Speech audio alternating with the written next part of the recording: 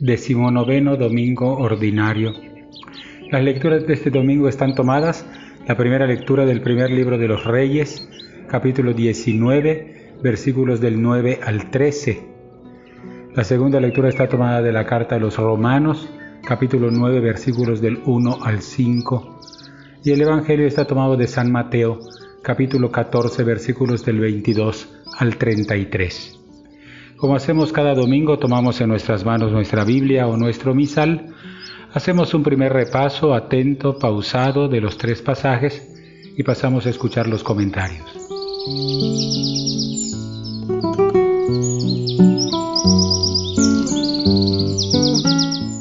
La primera lectura está tomada del primer libro de los Reyes, capítulo 19, versículos del 9 al 13.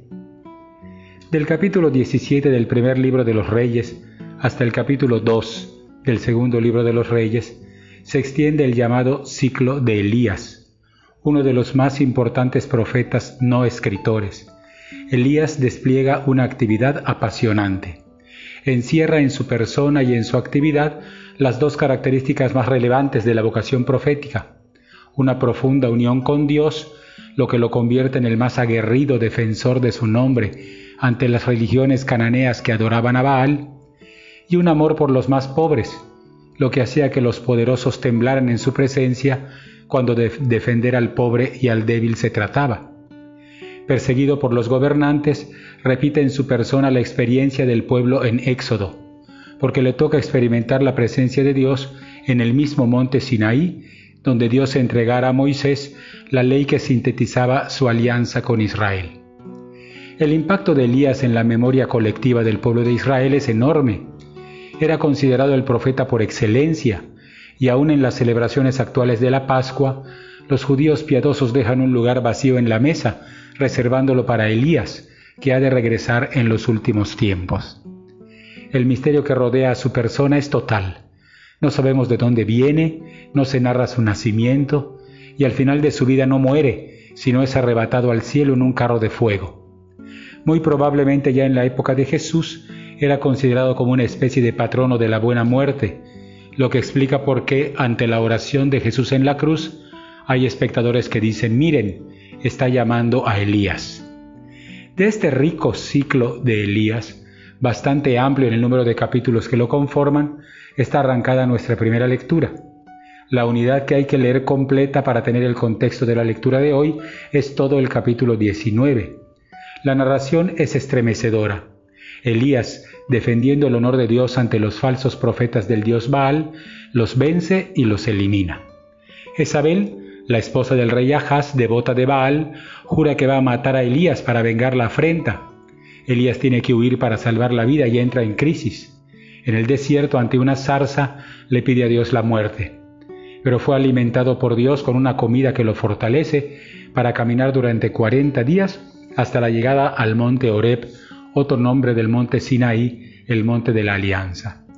Es imposible no notar las coincidencias entre la experiencia de Israel en el Éxodo y la de Elías como Moisés, que se inclina a orar ante una zarza. Como el pueblo camina durante 40 días por el desierto y es alimentado milagrosamente por Dios. Ya llegado Elías al monte Horeb, tiene lugar el pasaje de nuestra lectura. Dios, que se había manifestado desde antiguo en el fuego de la zarza, en el viento y el terremoto de la cumbre del Sinaí, el día de la entrega de la ley a Moisés, se manifiesta ahora ante Elías de una manera inesperada, en una suave brisa, que puede también traducirse como el sonido de un suave silencio. La intimidad con Dios no hace aspavientos, es fuente de sosiego en medio de las crisis. No se busca en las manifestaciones extraordinarias, sino en una voz que casi se esconde en el silencio.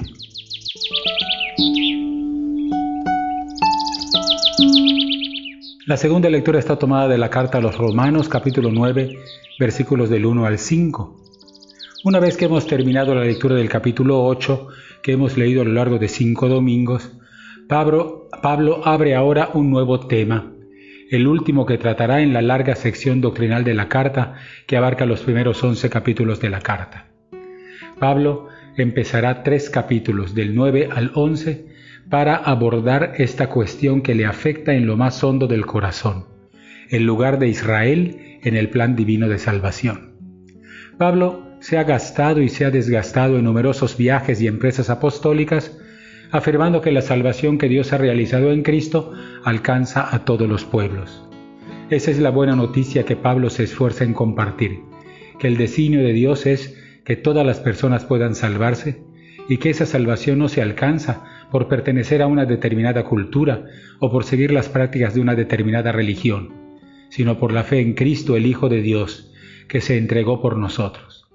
Y como la salvación es obra de la gracia, es decir, no es resultado del mérito de las personas, sino de la misericordia de Dios, entonces toda persona, pertenezca a Israel o forme parte de cualquier otro pueblo, tiene acceso a la salvación si se decide a seguir el Evangelio de Jesús. Sin embargo, el apóstol, como decimos popularmente, no deja de tener su corazoncito. Ya en Filipenses 3:5 se había presentado orgullosamente como circuncidado a los 8 días de nacer, del linaje de Israel, de la tribu de Benjamín, hebreo de pies a cabeza, respecto del modo de entender la ley fariseo, respecto del celo por la religión irreprochable. Así que este israelita por los 4 costados siente dolor ante una realidad que ha ido confirmando en cada viaje y en cada comunidad a la que evangeliza. El pueblo de Israel, la nación elegida por Dios desde antiguo, ha terminado por rechazar tercamente al Mesías Jesús. Para Pablo esto no es solamente un problema teológico, sino un dolor que le atraviesa el corazón. Usará el apóstol 3 capítulos para abordar esta cuestión. Es cierto que cada persona debe tomar posición ante el mensaje de Jesús, aceptarlo o rechazarlo y aceptar las consecuencias de dicha decisión.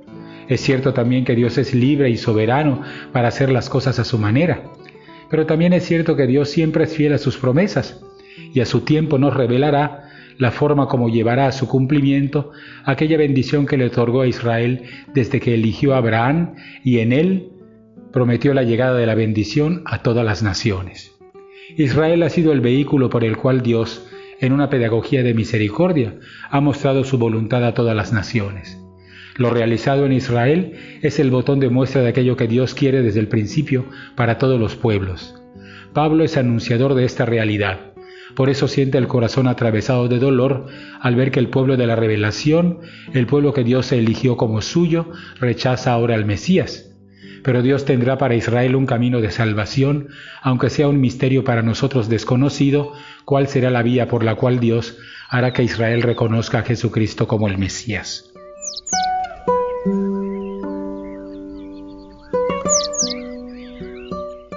El Evangelio está tomado de Mateo 14, versículos del 22 al 33.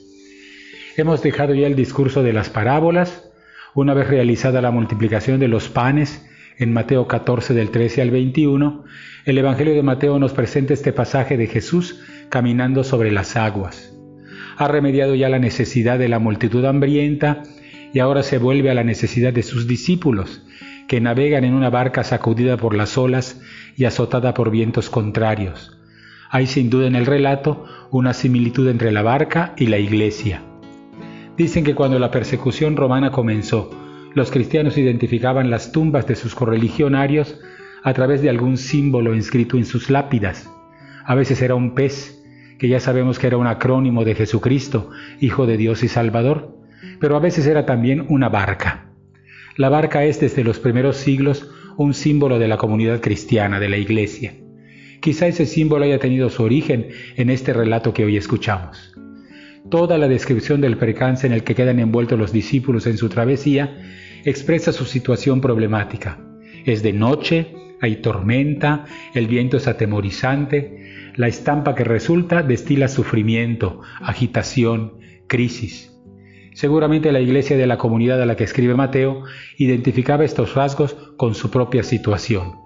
Probablemente también nosotros hagamos esa identificación con la situación por la que pasa la comunidad cristiana hoy, azotada por raras enfermedades y violencias, insegura ante el futuro.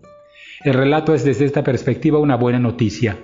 En contraste con la oscuridad de la noche y los peligros de la tormenta, la intervención de Jesús caminando hacia ellos se da en madrugada, cerca del amanecer, lo cual es en la tradición del Antiguo Testamento el tiempo de la intervención de Dios, como podemos checar en Éxodo 14:24, Salmo 46:6 e Isaías 17:4. El desconcierto y el miedo inicial de los discípulos se transforma en reconocimiento de Jesús como Hijo de Dios. Todo ello como fruto de un encuentro personal con Él.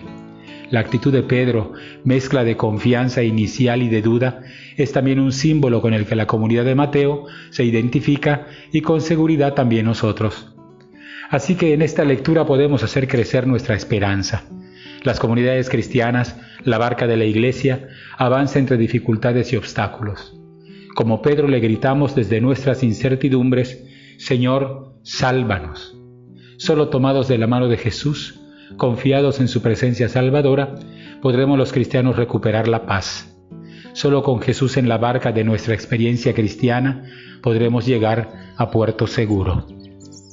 Hasta aquí los comentarios de los 3 pasajes. Volvemos a tomar en nuestras manos nuestra Biblia o nuestro misal. Hacemos un segundo repaso atento y pausado de las 3 lecturas, esta vez en oración, y estamos ya listos para participar de la Eucaristía.